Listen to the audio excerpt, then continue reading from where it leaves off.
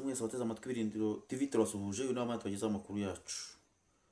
Uyu munsi tariki 20 z'ukwezi kwa 8 2025 twaba tugira ngo tugane n'abantu muri rusange. Dusuhuje abarya no hino. Tuje abakongomani, abarundi nk'abaturanyi n'abandi mwese mwumva ururimi rw'ikinyarwanda. Uyu munsi rero insanganyamatsiko yacu irajya kuri Minisitiri wa Repubulika ya Demokarasi ya Kongo, aho ni mu gihugu cya Repubulika ya Demokarasi ya Kongo, aho yatangaje intambara. Tuze kujya kuri matekwa zafashwe. Nabwiye ko muri iyi minsi hari ubwo tuzabona amafoto ya matekwa zagiye zifatwa, nazo muraza kuzireba.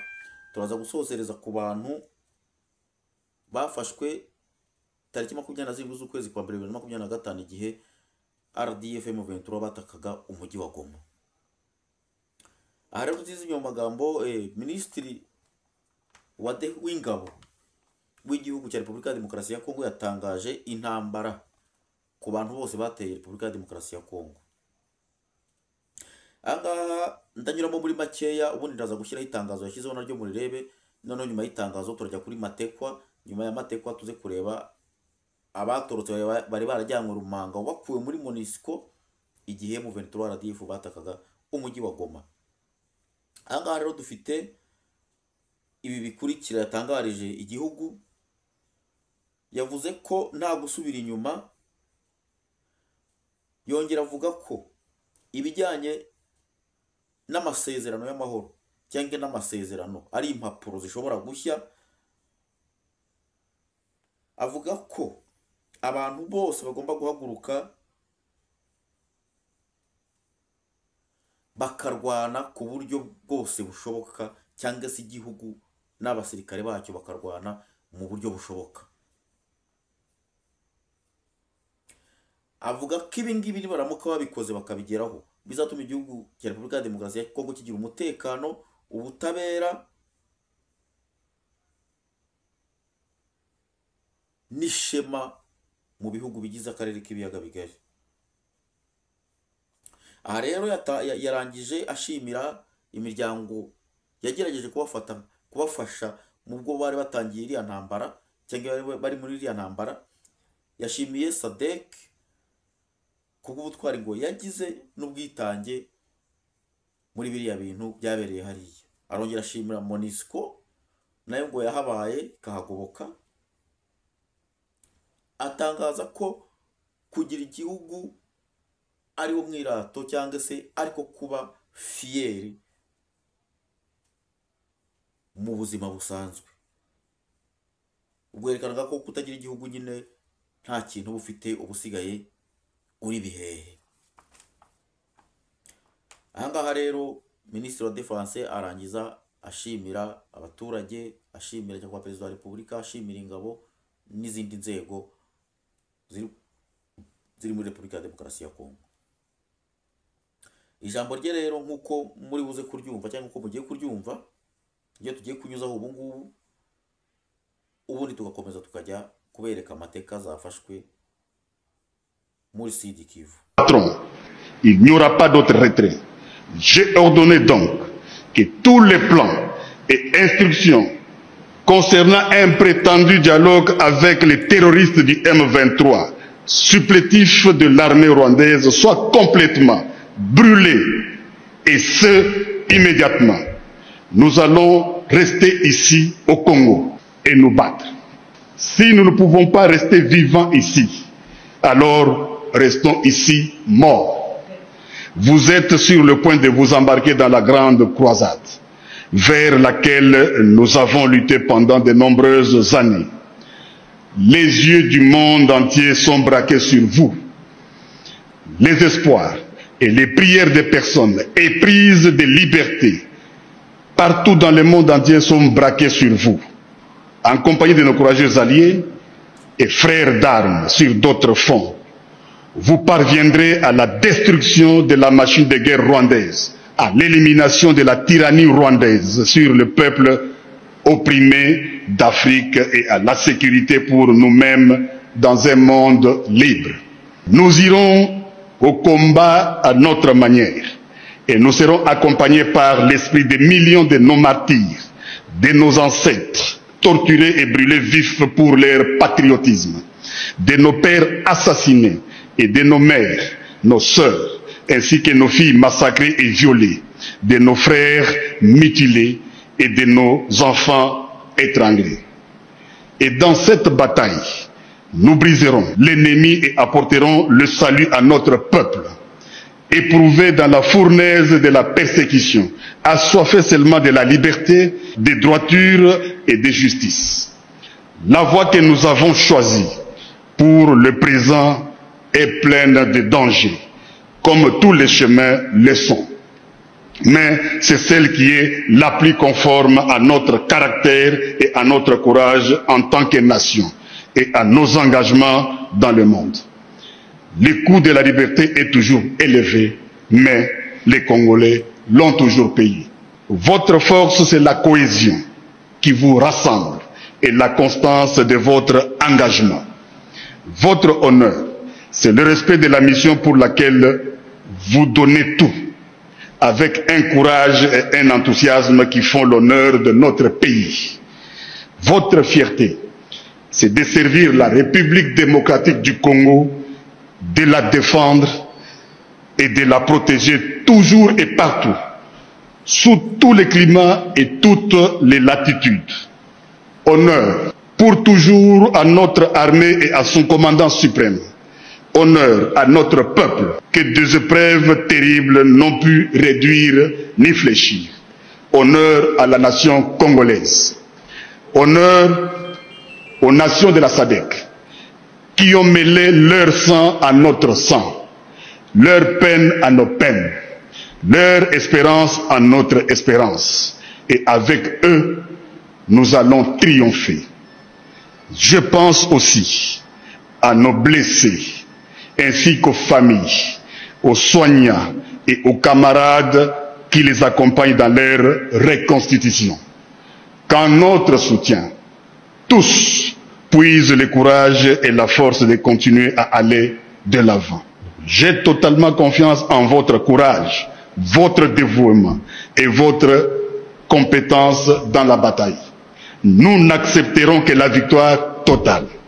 La guerre nous imposée injustement sera vaincue et la République démocratique du Congo restera une et indivisible.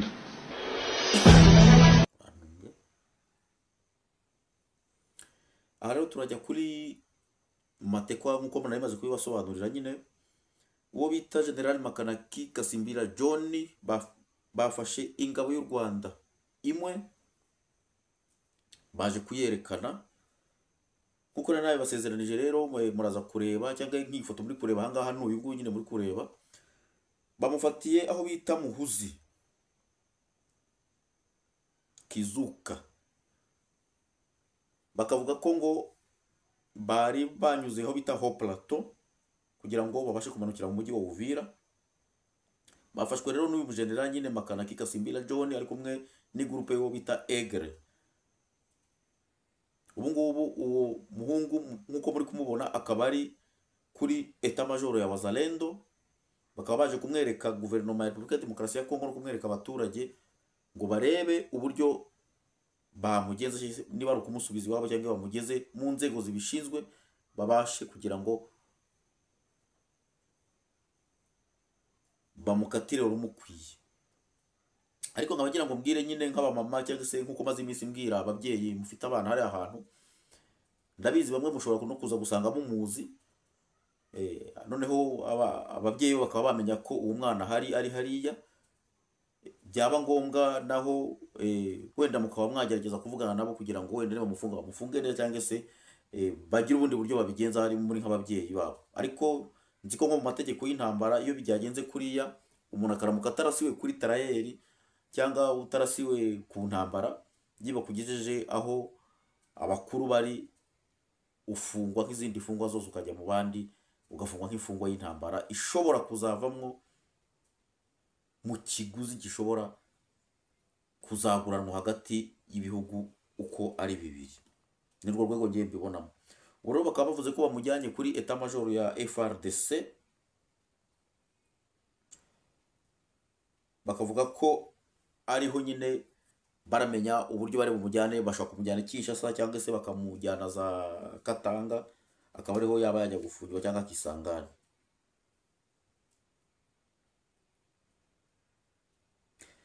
Bavuga ko rero uyu mwana yafatanywe n'abandi benshi nabo bakaba batari bagezwa hariya, ariko muri iyi minsi uko ari ngabwo nabo bashobora kuzabazana, cyangwa se wenda bikaba byaragenze ukundi, muzi ko ku ntambara byose biba bishoboka. Nkuko rero mugiye kubona nyine, mugiye kumva uko General Makanaki nawe abaza barasobanura uko ibintu bimeze. Ni kiongozi Makanaki Kasindira John, General Peace Police. Deja tuko hapa na huyu kijana ni mtusi kabisa, Mnyarwanda kutoka Rwanda. Yani palikuwa operasyon kwa Jukumo Plateau na wa viongozi walikuwa wanasimamia operasyon. Unaitwa nani? General Egle. Kwendo namaliza kila kitu. Unaitwa nani kijana? Umaondo, pesa Umaondo. Okay, merci. Yani ndio balimkamata kwenye operasyon. Na hivi hapa tunakuwa kwenye etat major hapa. Na hivi kijana hiko hapa vraiment abiko vya kusema jua ni sentiment tu, hapana. Ni kijana alikamatiwa mu operasyon huko juu fasi banaita Muhuzi Kizuka. Fasi banaita Muhuzi pale Kizuka pale ndio kwenye alikamatiwa kabisa, mateka hivi na mikono. Kama kijana wakuwahi kumuua pale wala kumpiga risasi, alisema bapie bahakikishe na raia yote ione na serikali yetu ya Kongo ione. Na ndio maana tunamfikisha hapa, wanamfikisha hapa tayari tunakuwa naye, na kwa muda saa hizi tayari tunaenda ku etat major ya region yetu ya FRDC.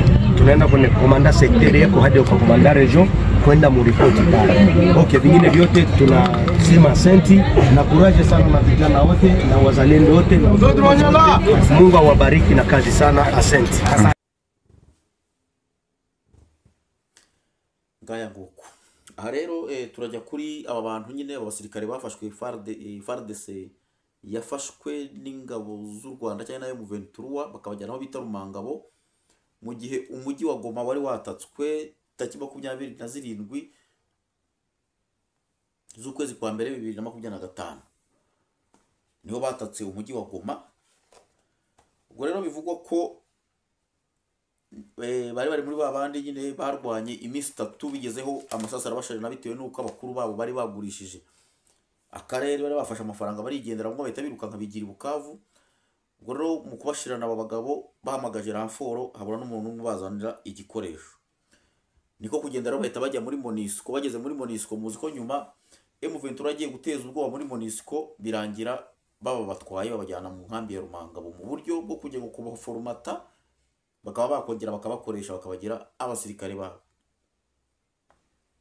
Anga rero nkuko ngiye gutangira mbivuga nyine cyangwa nkuko nabo babisobanura, ndagerageza nihute mwumva ukuntu bimeze, uburyo urugendo bagiye banyuramo bamwe muri bo, nze no kubashyiriraho video yabo cyangwa image zabo muzirebe mumenye uko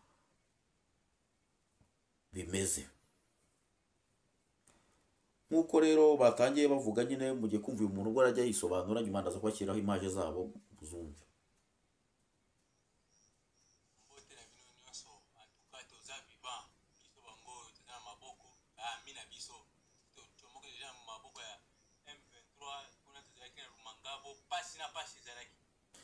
Aravuze ati mbanje kubasuhuza mwese, ati twishimiye ko turi ngubu tukiriho, turi mu maboko ya bene wacu, ati twahuye n'ibizazane, twahuye n'ibibazo bikomeye cyane.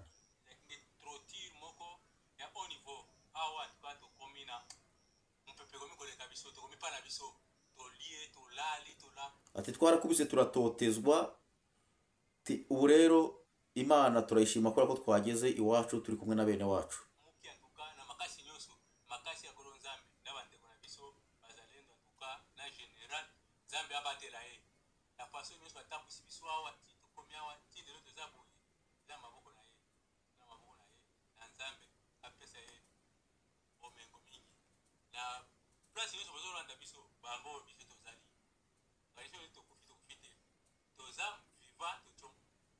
Aravuga ati turashimira umujenerali watwakiriye mu gihe twari tuvuye mu maboko y'umwanzi, akanumvikana avuga ko asabira abazalendo Imana kugira ngo ibongerere igihe cyo kubaho n'umugisha mwinshi.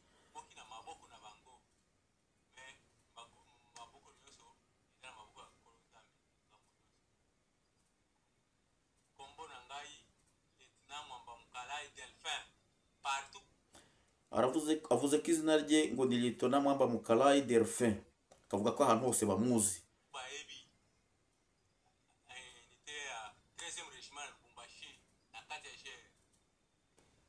Avuze ko yabaga muri 3e regiment yaho bita Lubumbashi.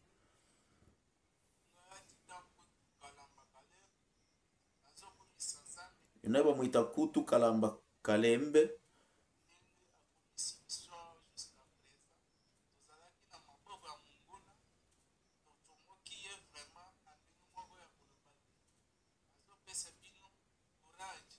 Avuze ko bashimira kuba baravuye mu maboko y'umwanzi bakaba bari mu maboko ya bene wabo.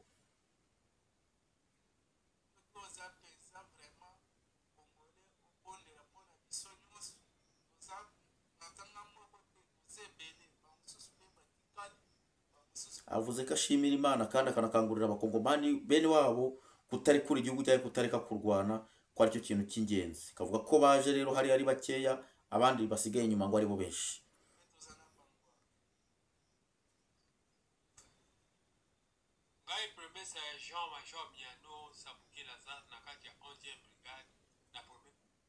Uyu nguyu ni Premier Sergeant Miano, akaba yari muri kompanyi ya mbere nguyu bita Kapiteni Masasi.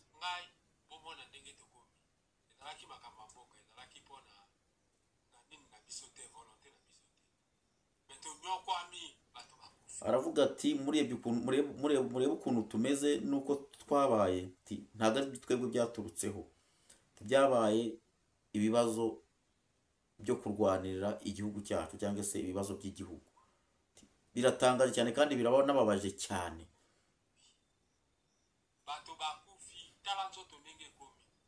Abantu barapfuye, imibiri yacu ntimeze neza, ubuzima bwacu ntibumeze neza.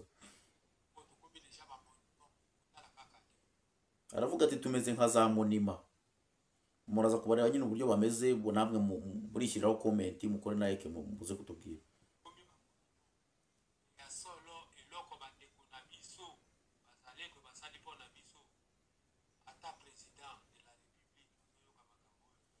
Ati by'abazarendo badukoreye, bakaba batwakiriye, bakaba badufashe neza bigeze aha. Abasabye Perezida wa Repubulika ko atagomba kureka abazarendo, ko ari bo bapatriote, ko ari bo bantu abona bemewe bameze neza.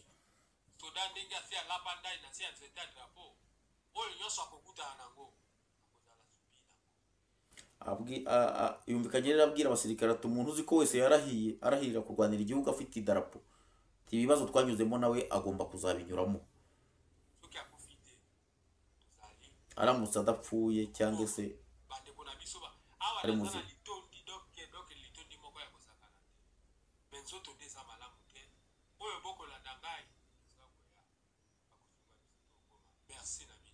Ati twebwe dufite courage, gusa nuko ubuzima bwacu butameze neza, atari ko ibyo ari byo byose turi kumwe. Ahita anashimira.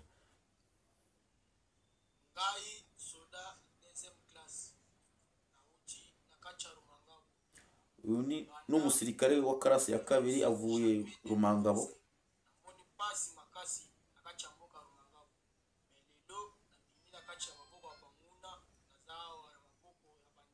Twabonye ibintu bikomeye, tuve mu maboko y'umwanzi, turi mu maboko ya bene wacu.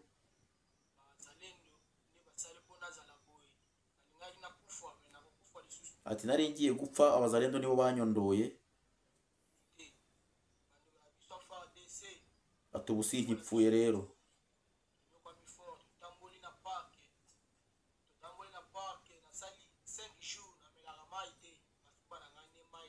Ati twageze mu ishyamba rya parike tumara iminsi 5 tutanywa amazi. Rero twagiye ku bazarendo baratwondoye, turarya tukaryama nta kibazo.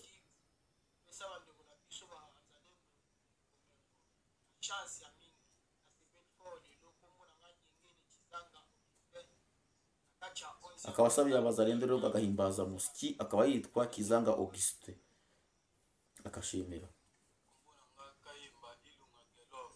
Uyu nguyu nawe bamwita Kayimba Ilunga Dialogue.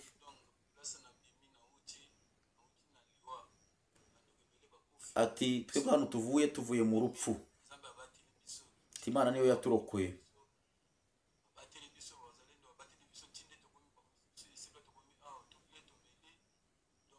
abazalendo nibo badufashije kuba tukigejeje umunsi turi hano, twasangiye nabo, twanywanye nabo. Bari kubwira perezida bati ntukazareka abazalendo, ati nibo bene gihugu nibo bapatriote.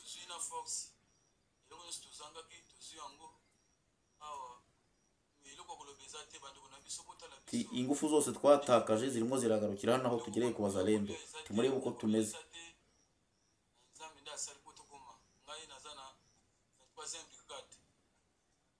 Muri brigade ya 23 batayo ya 3 yitwa Kayembe Ilunga Dialogue.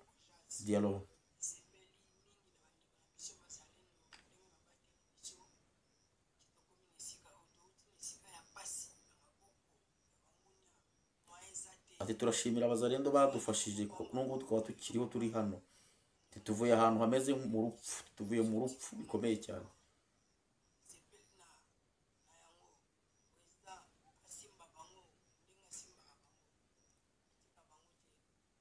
Aba ni FARDC rero mumaze kumva, muri bamwe nyine umujyi wa Goma ubwo wafatwaga bahugiraga muri MONUSCO bitewe no kubura amasasu,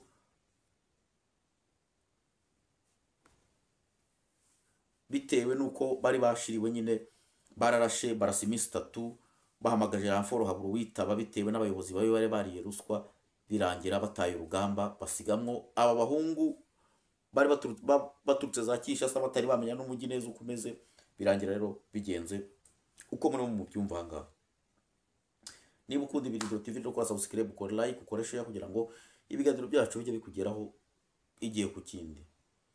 Muko rero twatwaye basezeranije, musigare mureba iyi video yabo mwumva nuko bavugamo n'abareba uko bameze. Nta buzima bari barimo, hari hasigaye gatoya kabisa ngo babe bata, ariko ni kwa kundi Imana ivuga ngo aha atari 1 na 0 irabara. Ciao rero naho mukanya. Mbote na bino nyonso, en tout cas toza vivant, biso bango toza na maboko, mina biso tomoke deja na maboko ya M23 kuna tozalaki na Lumangabo, pasi na pasi ezalaki nde trotire moko ya haut niveau. Awa en tout cas tokomi na mpepe komi koleka biso, tokomi pa na biso, tolie tolali tolamuki en tout cas na makasi nyonso, makasi ya kolo Nzambe na bandeko na biso bazalendo en tout cas na général Nzambe abatela ye la façon nyonso atambusi biso awa ti tokomi awa ti lelo toza boye, eza na maboko na ye, toza na maboko na ye, na Nzambe apesa ye bomengo mingi na place nyonso bazolanda biso bango biso tozali baisho tokufi te, toza vivant, tochomoki na maboko na bango, mais maboko nyonso eza na maboko ya kolo Nzambe. Rambo nyonso kombo na ngai Lieutenant Mwamba Mukalai Delphin, partout baebi unité ya 13e régiment Lubumbashi na kati ya GR. Nga Adjudant Putu Kalamba Caleb, nazokumisa Nzambe ndenge akomisi biso jusqu'à présent. Tozalaki na maboko ya munguna, tochomoki ye vraiment na ndenge moko ya koloba te. Nazopesa bino courage, soki oza penza vraiment congolais obondela pona biso nyonso. Toza nazanga moko te, toza ebele, bamususu pe batikali, bamususu pe toza na bangwa. Ngai premier sergent major Miano Sabuke Lazare na kati ya 11e brigade na premier compagnie ya makapitaine Masasi. Bandeko na ngai bomona ndenge tokomi, ezalaki makambo mboka, ezalaki pona na nini na biso te, volonté na biso te, mais tonyokwami bato bakufi tala nzoto ndenge ekomi. Soki ezalaki pona baninga toluka moye tobima te, ntango mosusu mpe tenga tozala na vie te, po tokomi deja bamoribon. Botala kaka ndenge tozali, tokomi bamoribon. Me ya solo eloko bandeko na biso bazalendo basali mpo na biso, ata président de la république ozoyoka makambo oyo, kotika bango te, kotika bango ata moke te, po biso tozalaki mpe likonzi ya mboka, tosaleli mboka mpe mbula ebele. Me eloko oyo ezwaki biso bon eza mokili. Soda ndenge asi alapa ndai na si ya nzete ya drapeau, oyo nyonso akokutana nango akozala subi nango. Soki akufi te, tozali tokokoma bandeko na biso awa naza na litondi doke litondi moko ya kozakana te me nzoto nde eza malamu te oyo bokolanda ngai toza koya bakosunga biso tokokoma. Merci na bino. Ngai soda deuxième classe nauti na kati ya Rumangabo banda le 27 janvier 2025 namoni pasi makasi na kati ya mboka Rumangabo me lelo nabimi na kati ya maboko ya banguna naza awa na maboko ya bandeko na biso bazalendo nde basale mpo nazala boye nalingaki nakufa me nakokufa lisusu te bandeko na biso FARDC bomona biso nde tokomi tonyokwami fort totamboli na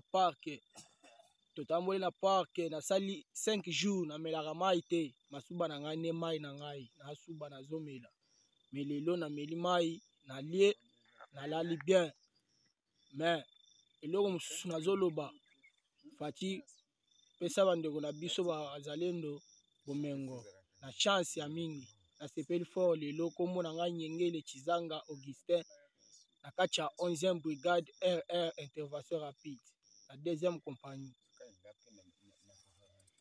Kombo na nga Kayemba Ilunga Gelov nga nasepeli makasi donc place na bimi na uti na liwa bandeko ebele bakufi na biso tobimi nzambe abateli biso ti tokomi awa bandeko na biso babateli biso bazalendo babateli biso tinde tokomi bakomisi biso iseka tokomi awa tolie tomeli donc moi force ezongi donc soko moni biso kolela mais président kotika bango te toza mwa général awa nde abateli biso donc tozwi na force eloko nyonso tozangaki tozwi yango awa eloko koloba eza te bandeko na biso botala biso nde tokomi eloko ya kolia eza te ya komela eza te na nzambe nde asali mpo tokoma ngai naza na 23e brigade ya 3e bataillon ngai Kayemba Ilunga Gelor. Ngai soda Ngamala Kwili Ojas asepeli mingi na bandeko na biso bazalendo ndenge babateli biso ti tokomi na esika oyo touti na esika ya pasi na maboko ya bangunia mwa eza te liwa eloko pamba koboma eloko pamba bandeko na biso bazalendo babateli biso bazwi biso ti bakomi na biso awa asepeli na yango président asimba bango ndenge asimbaka bango atika bango te.